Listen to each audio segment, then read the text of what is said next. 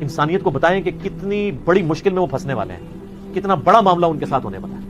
اور یہ اتنا بڑا معاملہ ہے کہ یہ تو چوکوں پہ کھڑے ہو کے اور بڑی بڑی بلڈنگز کی چھتوں پہ کھڑے ہو کے اسپیکر فٹ کر کے لوگوں کو یہ بتانے کی ضرورت ہے. قرآن حکیم میں ایک آیت ہے سورہ الاعراف کی آیت نمبر 179، اور اس میں اللہ تعالیٰ کی طرف سے ایک بہت بڑا یونیورسل ٹروتھ اور بڑی ہی ایک ڈینجرس خبر انسانیت تک پہنچائی گئی ہے. اعوذ باللہ من الشیطان الرجیم، بسم اللہ الرحمن الرحیم. وَلَقَدْ ذَرَأْنَا لِجَهَنَّمَ كَثِيرًا مِنَ الْجِنِّ وَالْإِنسِ، اور بے شک جنوں اور انسانوں کی اکثریت ہم نے پیدا ہی دوزخ کے لیے کی ہے. اللہم اجرنا من النار، آمین. لیکن یہ اللہ نے کوئی ظلم نہیں کیا، بلکہ اللہ تبارک و تعالیٰ نے اس کی ریزن بھی بتائی ہے. یہ اللہ کا ایکسپرٹ اوپینین ہے کہ یہ جو انسانیت اور جنات یہاں پہ آباد ہوئے ہیں، ان میں سے الٹیمیٹلی اکثریت دوزخ میں ہی جائے گی. بڑے کم لوگ ہوں گے جو جنت میں جانے میں کامیاب ہوں گے.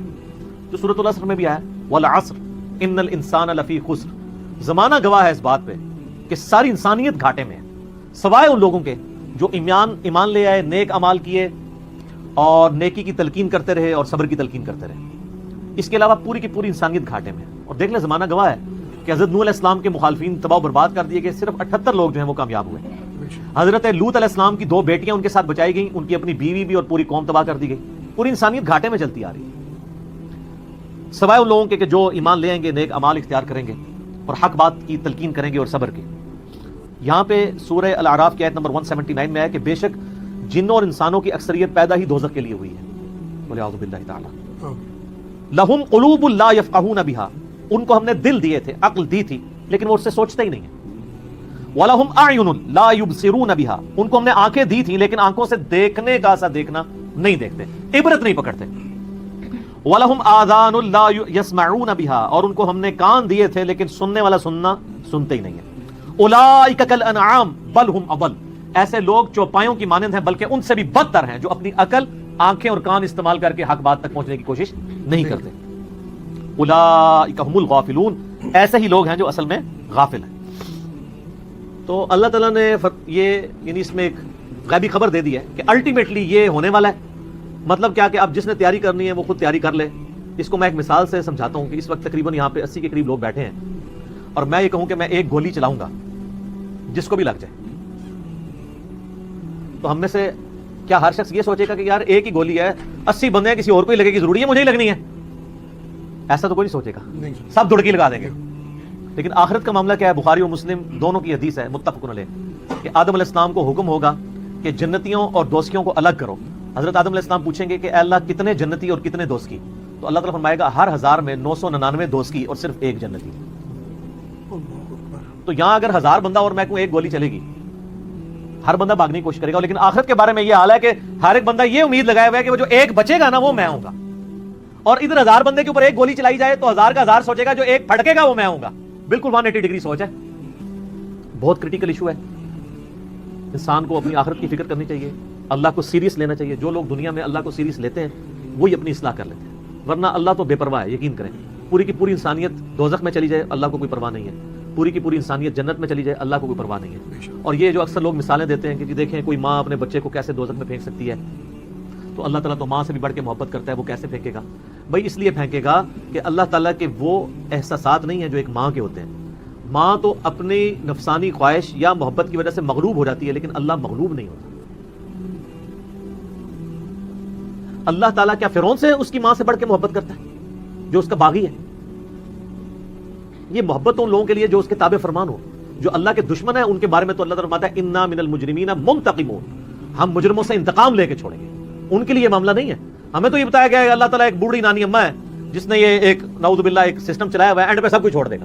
نہ اگر یہ بات ہوتی تو انبیاء کرام علیہ السلام کی تعلیمات اس طرح کی نہ ہوتی کہ لوگ جو ہے وہ کیجول زندگی گزارنا شروع کرتے ہیں. بڑی سٹرکٹ تعلیمات ہے. جامعہ ترمذی میں حدیث ہے کہ سیدنا عثمان غنی رضی اللہ تعالیٰ عنہ علیہ السلام کے بارے میں آتا ہے کہ وہ جب کبھی قبرستان جاتے تو اتنا روتے کہ ان کی داڑھی آنسوؤں سے تر ہو جاتی. تو صاحب پوچھتے کہ آپ کے سامنے جب جہنم کا ذکر ہوتا ہے آپ پہ اتنی خشیت طاری نہیں ہوتی، لیکن قبرستان میں قبر کے سامنے یہ معاملات آپ کے ساتھ کیوں ہوتے ہیں؟ تو انہوں نے کہا کہ میں نے نبی علیہ السلام سے خود سنا تھا کہ قبر آخرت کی منزلوں میں سے پہلی منزل ہے. جس کی یہ منزل پھنس گئی اس کی اگلی منازل مشکل ہو جائیں گی، اور جس کی یہ منزل آسان ہوئی اس کی اگلی منازل آسان ہوتی جائے گی. یہ وہ شخص کہہ رہا ہے جسے 3 دفعہ جنت کی بشارت ملی نہیں ہے. ہمارے پاس کوئی جنت کا ٹکٹ نہیں ہے اور ہماری بے پرواہی اپنے عروج کے اوپر ہے. اسی کو پنجابی میں کہا جاتا ہے نا, عقل نہ ہوئے تے موجیں ہی موجاں, عقل ہوئے تے سوچیں ہی سوچاں. جسے عقل نہیں ہوگی وہ موجیں مارے گا, اسے پتہ نہیں ہے نا, لیکن جسے عقل ہوگی وہ سوچے گا کہ یار یہ معاملہ تو بڑا خطرناک ہو جائے گا. صحیح بخاری میں حدیث ہے, نبی علیہ السلام نے فرمایا آپ ایک جگہ سے گزرے, کچھ اصحاب آپس میں یعنی ہنسی مذاق کرتے ہوئے ہنس رہے تھے, تو آپ کھڑے ہو گئے, آپ نے فرمایا جو کچھ میں جانتا ہوں نا اگر تم جان لیتے تو بہت کم ہنستے, زیادہ رویا کرتے, بہت سیریس کیس ہونے. صحیح مسلم میں حدیث ہے, آپ علیہ السلام فرمایا میں نے ارادہ کیا کہ میں اللہ سے دعا کروں کہ تمہیں عذاب قبر سنوا دے. دکھانے والی تو کہانی ختم سر, سنوا دے, لیکن مجھے ڈر ہوا کہ اگر تم نے عذاب قبر سن لیا تم اپنے مردوں کو دفنا نہیں چھوڑ دو گے, ایسی خشیت تم پہ طاری ہوگی. لیکن یہ اللہ تعالیٰ نے سب کچھ پردے میں رکھا ہوا ہے سر. صحیح بخاری میں حدیث ہے کہ میت جو ہے وہ چارپائی پہ کلام کرتی ہے. نیک میت کہتی ہے مجھے جلدی جلدی میری جگہ کی طرف لے چلو, اور جو بری میت ہے وہ چیخو پکار کرتی ہے کہ مجھے کہاں لے کر جا رہے ہو. اور نبی علیہ السلام کے الفاظ ہیں صحیح بخاری میں کہ زمین و آسمان کی ہر مخلوق اس کی چیخیں سنتی ہے سوائے جنوں اور انسانوں کے, کیونکہ جنوں اور انسانوں کو اللہ تعالیٰ نے غیب کے پردے میں یہ چیزیں رکھی ہیں نا, اسی کے اوپر تو جنت ہے. ان الذین یخشون ربهم بالغیب لهم مغفرۃ واجر کبیر, جو لوگ بن دیکھے اپنے رب سے ڈرتے ہیں ان کے لیے مغفرت ہے اور اجر کبیر ہے. دیکھ کے تو سب نے مان لینا ہے, پھر سر اس سے بھی آگے اگر آپ چلے جائیں, صحیح بخاری میں یہ حدیث موجود ہے کہ جب میت کو سوالات کے جوابات نہیں آتے نا تو فرشتے اس سے پوچھتے ہیں کہ تجھے سوالات کے جوابات جو نہیں آئے کہ کیا معاملہ تیرے ساتھ ہوا, تو وہ کہتا ہے میں تو وہی کہتا تھا جو لوگ کہتے تھے, سن سنا کے سنی تم نہیں, پڑھ پڑھا کے سنی نہیں.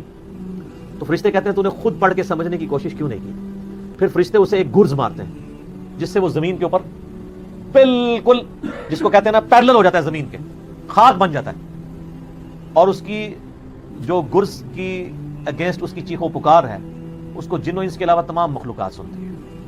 اگر یہ سن لیں تو ظاہر ہے یہ تو پھر انسان کے بچے نہ بن جائیں, یہ اللہ نے پردہ رکھا ہے, ورنہ تو آپ بڑے بڑے بزرگوں کو دفنا کے نکل رہے ہو نا, ان کے پردے جو ہے نا وہ جنازہ یعنی اس قبرستان کے گیٹ تک پہنچتے بھی ساری بزرگی کھل گئی ہو, دڑل کی بات پیچھے سے آ جائے, لوگ ایسے بزرگی کا دعویٰ بھی پھر چھوڑ دیں گے, وہ ڈرتے رہیں گے نا.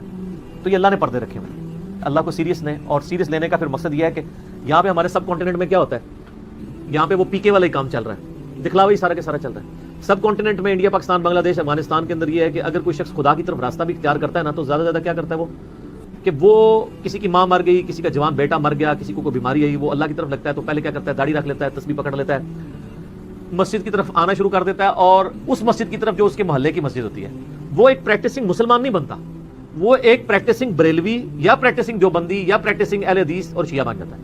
اگر اس کے محلے کی مسجد بریلویوں کی ہوتی ہے تو وہ ایک پریکٹسنگ بریلوی بن کے سامنے آ جاتا ہے. ہونا ہی چاہیے کہ اب تم خدا کی طرف راستہ اختیار ہی کیا تو سب سے پہلے علم حاصل کرو. انما یخشی اللہ من عبادہ العلماء, اللہ کی خشیت تو اہل علم کو ہے, علم نہیں حاصل کرتے تو جدھر لگا نا اسی طرف چل پڑتا ہے. ہونا تو چاہیے کہ آپ پہلے ہی دیکھیں کہ میں قرآن و سنت کا علم حاصل کروں, میں دیکھوں کہ یار کون سے نظریات درست ہیں, کن چیزوں کے اوپر اللہ تعالیٰ نے پکڑ کرنی ہے, کن چیزوں کے اوپر اللہ تعالیٰ نے فرائض میرے اوپر لگائے. وہ کوئی بھی علم نہیں حاصل کرتا, کوئی جدھر لگا ہے ادھر. ہمارے محلے میں نے بتایا کہ ایک پوری فیملی قادیانی ہو گئی تھی, میری پیدائش سے پہلے کی بات ہے, صرف ان کے گھر اولاد نہیں ہوتی تھی, بچی پیدا ہوئی, وہ والد پہلی دفعہ گیا مسجد میں, وہ قادیانیوں کی عبادت گاہ تھی, وہ قادیانی ہو گیا, پوری نسل کی قادیانی ہے. یہ ہماری ٹوٹل تحقیقات ہے. ہمارے سب کانٹیننٹ کے معاشرے میں لوگ پریکٹسنگ اپنے فرقوں کے بنتے ہیں, علم حاصل نہیں کرتے. یہی وجہ ہے کہ پوری زندگی کبھی یہ نوبت ہی نہیں آتی کہ میں دیکھوں. حالانکہ دنیاوی معاملات کے اندر سب سے پہلے لوگ, کسی نے مکان بھی بنانا ہے نا, وہ کئی ٹھیکیداروں سے مشورہ کرتا ہے, کئی مٹیریل والوں کو ملتا ہے کہ کیا ہوتا ہے کہ وہ صبح مکان شروع کرا دیتا ہے, پوری فیزیبلٹی بناتا ہے, پوری پلاننگ کرتا ہے, لیکن ایک دین کے اوپر چلنا ہے جس کے لیے کوئی پلاننگ نہیں, کوئی فیزیبلٹی نہیں, جو جدھر لگا وہ لگ جاتا ہے. اس وجہ سے پوری زندگی لوگ نماز پڑھتے رہتے ہیں, ان کو یہ نہیں پتہ چلتا کہ نماز کا سنت طریقہ کیا ہے, اس کے اندر کیا کچھ پڑھنا ہے, اس کے کیا مسائل ہیں. کتنے شادی شدہ لوگ ملتے ہیں, بچے بھی جوان ہو چکے ہیں, ان کو غسل کا طریقہ ہی نہیں آتا. تو علم بنیادی چیز ہے, اس کے اوپر بنیاد رکھیں, اس کے بعد جو ہے وہ آخرت کی طرف آپ کی رہنمائی ہوگی. علم کے بغیر کچھ بھی نہیں ہوگا. جہاں تک بھی ہماری بات پہنچتی ہے کہ یہ سچائی کا پیغام سب سے پہلے اپنے اوپر لاگو کریں, پھر جاگو اور جگاؤ کی مہم شروع کریں. انسانیت کو بتائیں کہ کتنی بڑی مشکل میں وہ پھنسنے والے ہیں, کتنا بڑا معاملہ ان کے ساتھ ہونے والا ہے.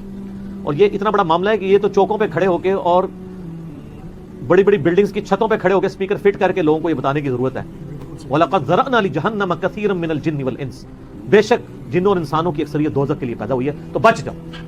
ہماری حالت ویسے یہ ہے کہ ہم تو ایک بلی کو بھی آگ میں گرتا ہوا برداشت نہیں کر سکتے, لیکن ہم یہ راگنی الاپ رہے کہ انسانیت نے دوزخ میں گرنا ہے اگر انہوں نے اللہ تعالیٰ کو سیریس نہ لیا اپنی زندگی کے اندر. تو یہی پیغام ہے جی کہ لوگوں کو یہ آیت سنائیں, خود بھی آخرت کی فکر کریں، لوگوں کی بھی آخرت کی فکر کریں، اور علم کی بنیاد پہ، تاکہ عقائد کی بھی اصلاح ہو اور اعمال کی اصلاح. جزاکم اللہ خیر علی بھائی.